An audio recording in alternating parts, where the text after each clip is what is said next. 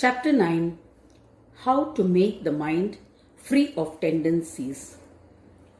After listening to the description and greatness of Poorna Yoga so far, King Varenya thought to himself that the first thing would be to make the mind free of all its tendencies. But the mind is so restless that it is difficult to control it. Could there be another way by which a sadhak can attain psychic powers without having to make the mind free of all its tendencies? Varenya vacha dvividopi yogoyam sambhavyo hi me mataha yatontak-karanam dushtam chanchalam durgraham vibho. So King Varenya asked, Shri Gajanan Prabhu, you are omnipresent. You are the most excellent one who lives as he pleases. You are supremely capable and always spread your glory everywhere. The existence of gods in the three yugas, namely Kruta, Treta and Dwapara, is determined according to their godly powers. But in this Kali Yuga, there is a predominance of asuric qualities which seem to be increasing. So, the fruits bestowed by the gods seem to be insufficient and are not experienced by all.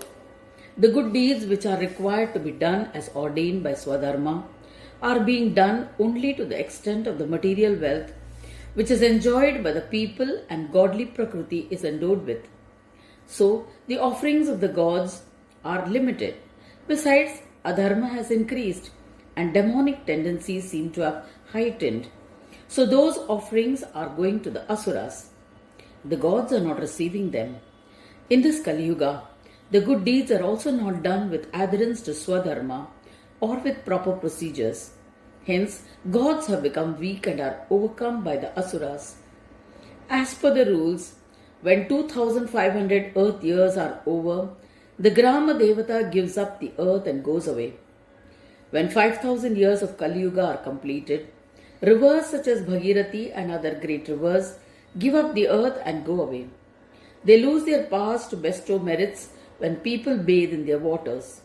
And when 10,000 earth years of Kali Yuga are completed, gods like Shiva, Vishnu, Surya and Shakti also give up the earth and go away. The words from the Smritis are indicative of this.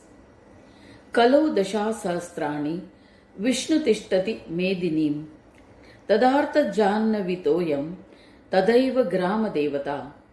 At such times, the one who bestows fruits for auspicious and inauspicious actions, Shri Gajanan Prabhu alone can bear the godly and asuric forces and stay on earth. It is according to your orders that Shakti stays here. Meritorious and sinful actions continue to take place due to her presence. Shakti to the proportion of the Shakti of gods goes away. Ganesha and Shakti are the only two who remain in Kali Yuga. This means that the Shakti dwelling in the merits and sins and the bestower of fruits of actions is Ganesha alone, and he remains here. Besides, Shri Gajanan Prabhu, your glory is not determined by the division of dharma and adharma. In all the four yugas, your glory is of Poorna Brahma. That is why the words kartum akartum anyata kartum samartha, meaning that you are the doer, the non-doer and otherwise capable of doing, rightly applies to you, and therefore you are called Vibhu. I prostrate at your holy feet and pray to you that you have instructed me about superconscious and supraconscious meditative union, and through union and restraint of the tendencies of the mind. Though I am willing, but my mind is so restless that I find it difficult to do the spiritual practices. However much I try, all dualities enter my mind, and in an instant it gets restless and my state of yoga is gone. The evil nature of a mind is so strong that controlling it is beyond me, and the bondage only gets stronger. It will get destroyed and destroy others as well. In spite of my efforts, it keeps running away. I cannot understand this. It wants to forever think of material enjoyments. I am not able to regulate it at all. Therefore, please tell me if there is any other way to control it. This is my desire and prayer as well. Besides, if spiritual practices are necessary to gain Poorna Yoga, which is dependent on the mind, then how am I ever going to achieve it? The 5 tendencies of the mind conscious matter seem to always change and assume their nature on seeing the sense objects. Therefore, tell me of some other solution. Shri Gajanan Vacha Yo Nigraham Dugrahasya Manasa Samprakalpayet Gati Yantra Samadasmat Asman Muktas Samsruti Chakrakhat. What is the solution for a wavering mind? Hearing King Varenya's prayers, Shri Gajanan Prabhu said, King Varenya, what you say is right. A wandering mind is difficult to control, if not impossible. Just practice 2 essential tools out of the many as control of the mind is an essential spiritual practice. 5 types of mental tendencies are prevalent in the whole world, including the Brahmas. The field of sense objects for the mind conscious matter to engage in is so vast and the attraction is so strong that it is natural for the mind to be restless. But unless the taste for them is sacrificed and given up completely, the taste for the divine and yogic spiritual practices do not arise in the mind. When all the resolutions occurring constantly are given up and the mind is brought under control, only then can you break the cycle of birth and death. Vishayai krakachai retat samsrishtam chakrakandridam janaschetum na shaknoti karmakilaisu samvrutam. Now you may be tempted to ask, how did the cycle of life happen in this world? Listen, it is just like the cycle of birth and death that we are all trapped in. When a potter starts moving the wooden wheel to make the earthen pot, it continuously spins round and round. If someone adds momentum to it, then the wheel does not stop on its own at all. Similarly is the condition of the wheel of life. If a sadhak takes up yogic spiritual practice, he can be free from the wheel of life. So it's very important to break the connection to that wheel. Hearing this, King Varenya felt that there was no escape from this wheel of life. Gauging the mind of a student, Shri Gajanan Prabhu began a detailed description of that wheel. He said, it is very difficult to keep the mind under control. Still, I will tell you a solution. Pay attention. The solution is that the mind becomes strong through the wheel of life. Therefore, to keep the mind away from the taste of sense organs, it is necessary to remove it from its connection. So, let us go to the roots of the wheel of life. While creating a wooden wheel, the most essential thing is a thick block of wood. This wood is then given the shape of a wheel, and later at specific places, iron nails are hammered into it to make the wheel strong. Speech, touch, taste, form and smell are the 5 senses in the wheel of life which attract the internal and external sense organs which are comparable to a block of wood. All good and bad actions done for attaining the sense objects are the bolts. Due to the bolts, the wheel of life becomes strong and formidable. The enchantments of the sense objects drive actions, and the fruits of those actions keep the tendencies for enjoyment going. Since such situations keep happening repeatedly, the wheel becomes full of motion. Due to this connection, the mind that has become uncontrollable starts revolving around the wheel. Therefore, it is necessary to find a solution that will burn both the wheel and its bolts. This is possible only by restraining the sense organs and reducing their outward going nature. As per the rules of the preordained destiny and along the lines of the Shastras, all joys that comes one's way should be enjoyed so they do not contradict with the rules of Swadharma. If one goes about doing actions with such rigorous practice, then the bowls in the form of sense attractions in that wheel of life gets burnt. Then the actions should be done for the sustenance of the body instead of engaging in sensual enjoyments. With the intention of fulfilling one's duties, one should make an effort to do good actions without desire for its fruits and by following one's Swadharma.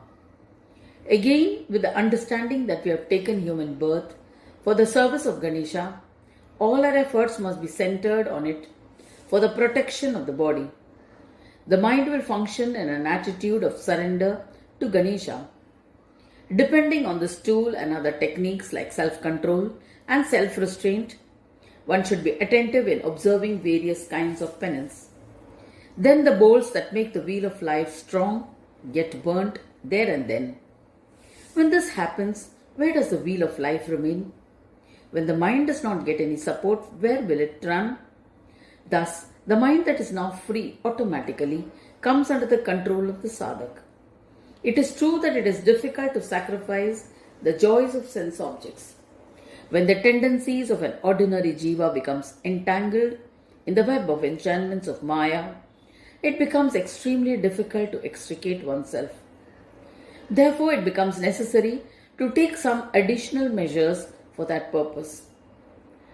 Ati dukkhamscha vairagyam bhogad vaitrishnyamevacha guru prasada satsanga upayastajjaye ami. Shri Gajanan Prabhu says, I shall tell you some more methods to gain victory over the mind. A sadhak engaged in yogic practices pays close attention to the actions related to his Swadharma. Similarly, by doing specific austerities, he can tune in and do actions which are necessary for his destiny and which engage his attention. Even then, he may have to face several difficulties because when he connects it as necessary for the fulfillment of his destiny, it becomes easy to bear. While doing this, whatever sorrow he might have to face, even to the extent of incidents harming his body, will have to be borne. But there is no way he will leave his path of spiritual practice. He should not allow his mind to be attracted in any manner to material enjoyments. Such dispassion is a second solution. Abhyasadva vashi kuryan mano yogasya siddhaye Varenya durlabho yogo vinasya manaso jayat. Even if the taste for sensual pleasures keep on increasing, one should not encourage it at all. One should keep the connection limited to what is required as per one's destiny. Even if the body collapses, one should not deviate from one's determination. This is the third solution. One should closely study the Veda Shastras to keep track of one's Swadharma and also engage in listening to the knowledge shared by the sadhus and learned men and apply them to one's own life through Satsang. This is another solution that is beneficial in gaining victory over one's mind. Lastly, a solution that has proved to be of unquestioned potency is close proximity to a Ganesha Acharya, a senior Poorna Yoga Siddhi Purush, who is truly protective and is a Sadguru. One should hold his instructions in complete faith and follow them attentively. Securing their grace is the most important solution that one can get for gaining victory over one's mind. Therefore, it is necessary to preserve them carefully. Such gurus are really rare and are attained only with divine will. Till one is blessed with proximity to a guru, it is best to faithfully follow the Vedas, Puranas and other scriptural texts. This will eventually lead to being blessed with a benevolent Sadguru. Shri Gajanan Prabhu proceeds to tell one more thing. He says, by remaining steadily alert, whatever the desire arises in the mind for sensual pleasures, one should immediately pull the mind away from those desires and engage in devotion to Ganesha. Without developing devotion, it will not be possible to gain victory over the mind. And without gaining victory over the mind, there is no way to get the psychic powers of the yogic path. Shri Garge Maharshi writes, when there is attraction towards sense objects, one should forcibly hold the mind in check, even if it means having to lose one's life. This should be the determination. A dispassionate approach that there is no use running after temporary pleasures, and the understanding that one gets to enjoy according to one's destiny should make one remain satisfied and not allow greed to take over. Being of service to the yogis, following the path they have been advised to follow, and considering what one gets by doing that is the Guru Prasad. Following one's dharma and doing as ordained by the Shastras and Puranas, also known as Satsang, is the solution that will bring victory over one's mind. Whatever desires for material objects rise in the mind, the practice should be to wheel them away. From this practice, the action becomes clear. After listening to Shri Gajanan, instructions leading to emancipation, King Varenya became free of all worries. Still a thought arises that if, in spite of all these solutions, a sadhak has neither been able to gain victory over his mind, nor has he got any psychic powers, and if he happens to die, then his condition is just like that one who has fallen from yoga. If that is his fate, then what will be his future? Thinking in this way, King Varenya asks about the fate of a yogi. Yoga brashtasya ko loka kagati kyam phalam bhavet vibho sarvajna me chindi samshayam buddhi chakravrit. What is the fate of a yogi who gives in to temptations? He asked, you are Chintamani, the illuminator of the mind consciousness matter and its tendencies of all the jivas in the world. You are the knower of all techniques, the independent Vibhu, the enjoyer of all and yet free of all coverings. You are the one who inspires knowledge about desirable and undesirable objects in all living beings. You are the Lord of the intellect in all. You are the self in all, the form of the Atman in all. You are the one who bears the wheel of the intellect. Therefore, I ask you my doubt, and I pray that you clarify my doubt. What happens to the sadhak who has assumed the path of yoga, leaving aside all hopes for the fruits, for all the good deeds he does in an attitude of surrender to Ganesha? What happens to the yogi who, after practicing karma yoga, progresses sequentially and for some reason in his mind becomes restless and he falls in virtue on the path of yoga? Since the mind is unstable, there is every chance that sensual pleasures may arise in his mind, as he has not yet lost the taste for them. If he becomes defiled, then he is called yoga brasht. Going forward, what is the fate of such a person? Throwing aside the desire for fruits, he does all the good deeds with an attitude of surrender to the Brahma in his intellect. So he does not enjoy this world. Besides having sacrificed the feeling of desire from his mind, he does not become deserving of the fruits of enjoyment in the other loka. Attaining you or attaining the state of Brahma is not possible anymore. Then which loka will he get? This is one doubt. Secondly, the Vedas mention only two types of fate, the Shuklagati and the Krishnagati. When one does actions with desire, one gets Krishnagati, whereas doing actions without desire, one gets Shuklagati. When the sadhak casts away the feeling of desire, he loses the entitlement to Krishnagati, and being caught up in the enchantment of dualities, he is deprived of Shuklagati as well. Is there any other gati for him? You alone can ward off my doubts, concluded King Varenya. Divya dehadaro yogat brashtaswar bhog mapnuyat bhuktva yogi kule janma labhe driddhi matam kule. Shri Gajanan Prabhu replied, the yogi who has fallen from yoga attains a divine body after death and goes to different kinds of Swargaloka. After enjoying as much as he can there, he once again takes birth on earth.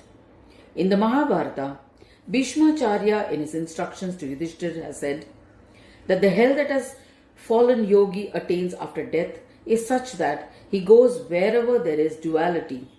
This means that even Svargaloka or Vaikuntha or Kailash is like hell for that yogi because the illusion of duality and the possibility of being born again exists there. Therefore, the gati of the yogi goes to such places where there is work and the desire to enjoy its fruits. Thus, the hell faced by them is filled with artificial joy. It is called hell in the Vedanta. The joy of the soul or the Atman is genuine joy and is available only at Ganesha's abode, this Swanandaloka. After the yogi has enjoyed everything in Svargaloka and is completely liberated from the tendency for material enjoyment, he once again takes birth on Mrityuloka, the earth, in the house of an excellent yogi or in a wealthy household. Such a birth is due to the past merits and good impressions. That itself is a great impression. Punar yogi bhavet yesha samskarat purva janmajat nahi punya kritam kaschin narakam pranipadyate. Shri Gajanan Prabhu says, the fallen yogi who has taken birth due to the influence of the earlier good impressions does not fall into the trap of material enjoyments. Being endowed with discrimination and dispassion, he attains the different states of yoga, progresses quickly and in a short time attains psychic powers and becomes a Poorna Yogi. The divine impressions of the previous birth are so powerful that he does not fall into yoga brushed ever again. The yoga practiced in the previous birth makes him fall from yoga. Such a person picks up at the level where he had left off when he is born again. Thereafter, all the steps on the path are easily achieved through effort. This is possible only due to the past impressions. The yogi in his second birth can go on to attain Poorna Yoga Siddhi and he will never fall in yoga again. I give him the Siddhi of Bhava Pratyay in the eternal state of Brahma. King Varenya, leave aside all fears and doubts because even though a yogi may fall in yoga, he becomes a yogi due to merits and therefore the strength of the merits earned does not vanish. So, how can one with merits go to hell? It does not happen that way. A person with a dual state of mind is like living in hell. It doesn't really lead to a fall in yoga, but only creates a slight impediment in the attainment of Siddhi and may delay the experience of being of Brahma. Remember this and be fearless in your yogic spiritual practice.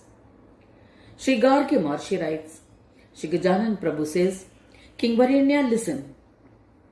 The Sadhak who has fallen in yoga after death assumes a divine body and goes to Svargaloka and enjoys all the pleasures available there. This is his stay in hell because Svargaloka or Vaikuntha or Kailash are also considered hell for a yogi as stated in the Mahabharata in the Vana Parva. Thereafter that yogi is born again in Bharat as per his rights in the family of Munis or a rich family and he once again does yogic spiritual practices. However, he does not fall into the trap of Mohamaya because the impressions of the previous life remain as merits. As a result, he does not have the inclination to enjoy low kind of pleasures. Besides, he is able to quickly achieve that level in yoga spiritual practice that he had accomplished in the previous life. Thereafter, he does the remaining spiritual practice and becomes a Poorna Yogi. However, he does not fall in yoga again. In short, even after falling in yoga, a yogi, though he is born again, attains psychic powers faster and gets a permanent gati. Therefore, there is no need for you to have any fear or doubts whatsoever. This is due to the immeasurable merits that a sadhak has towards yogic spiritual practices. Hence, a few years of falling means even though he has enjoyed material pleasures, he does not fall permanently. Since yoga brushed or falling from yoga happens Because the yogi has not experienced Brahma completely, the connection to Brahma breaks because of the pull of the restless mind towards sense objects. When such a person goes to Devaloka, according to the law prevailing there, he gets a divine body, enjoys all pleasures in accordance to his taste, and with the exhaustion of all the merits, he once again takes birth on earth. In reality, merits are high in intellectually advanced yogis, and for its fulfillment, there is sacrifice of karma, making him worthy of the experience of Brahma. But due to his restless mind, the taste for enjoyment turns around and he falls from yoga. But that doesn't take away the accumulated merits. That is why in the second birth, since the past impressions are strong, he becomes a yogi. So he is redeemed and attains Poorna Yoga Siddhi. Always remember that anyone who does good karma never deteriorates.